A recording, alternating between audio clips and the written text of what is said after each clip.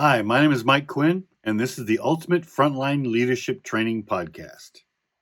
Today, we're going to be talking about what to do when people are different. Now, for the most part, many management strategies that I've been talking about work wonderfully. I've been using them for years, but nothing works great all the time for every person. And great managers must always be on the lookout for ways to motivate their teams. Now, some employees can read what you're trying to do and will seek out ways to be different.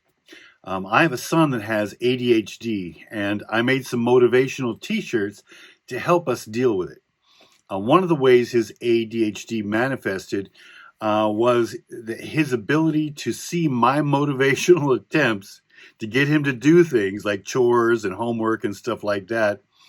And although I would change my methods, he would see what I was doing and he would find ways to counter it. Sound familiar? There's probably people like that you're working with right now. Well, for this, I made a t-shirt that read, "My motivation is very weak.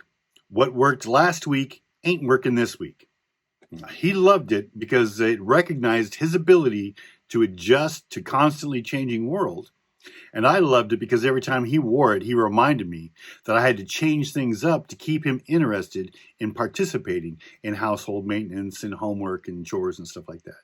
Other people have similar or even different reactions to situations, and it can be very stressful to deal with them. Treat these special cases as special cases, privately and with their own motivational techniques. Do not treat everyone the same. That will just discourage all of your people who don't have those issues and who can follow directions. It'll just discourage the crap out of them, and it will turn into a very hostile work environment. So how do you find these specific tools? Get to know your team. Everyone will usually tell you exactly what they want. You just have to listen. Search for things that influence them all the time. There are no non-important conversations.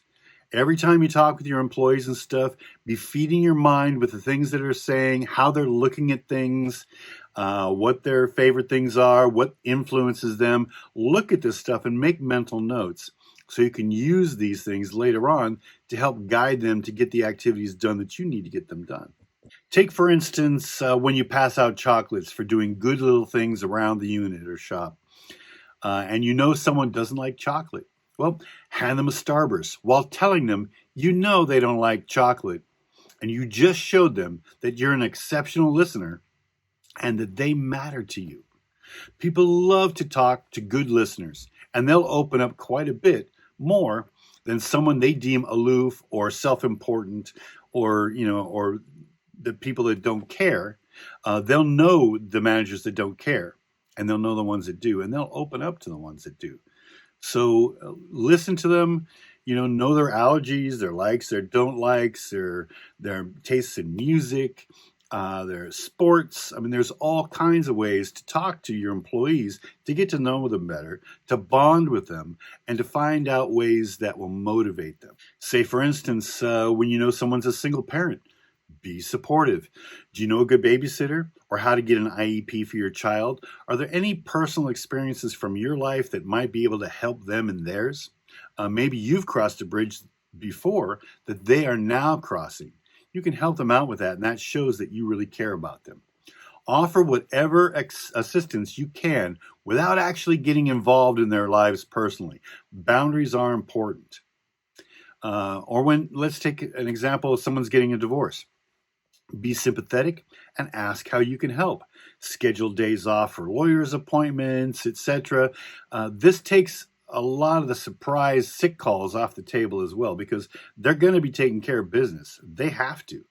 But if you can help in any way, then you're also opening yourselves up to knowing when they're going to need help and where they're going to need help.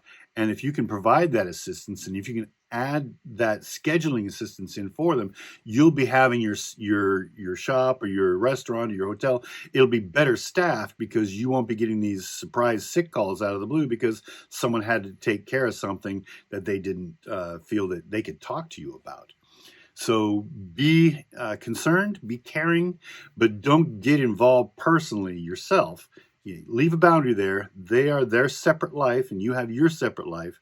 But if there's any way you can help or encourage them in theirs, why, that's what you should do. Sometimes difficult people are just people having a difficult time. Everyone wants allies in their struggle for survival. Sometimes people are just individuals.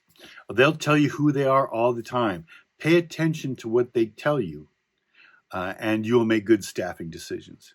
And don't worry that you're having to make special rules for special people. This is a way to make a silly resentment deposit of your own. Everyone is special. Everyone is different. Enjoy the ways that most people act alike and search for ways to help those who don't. Okay, that's enough for today. I will see you next week.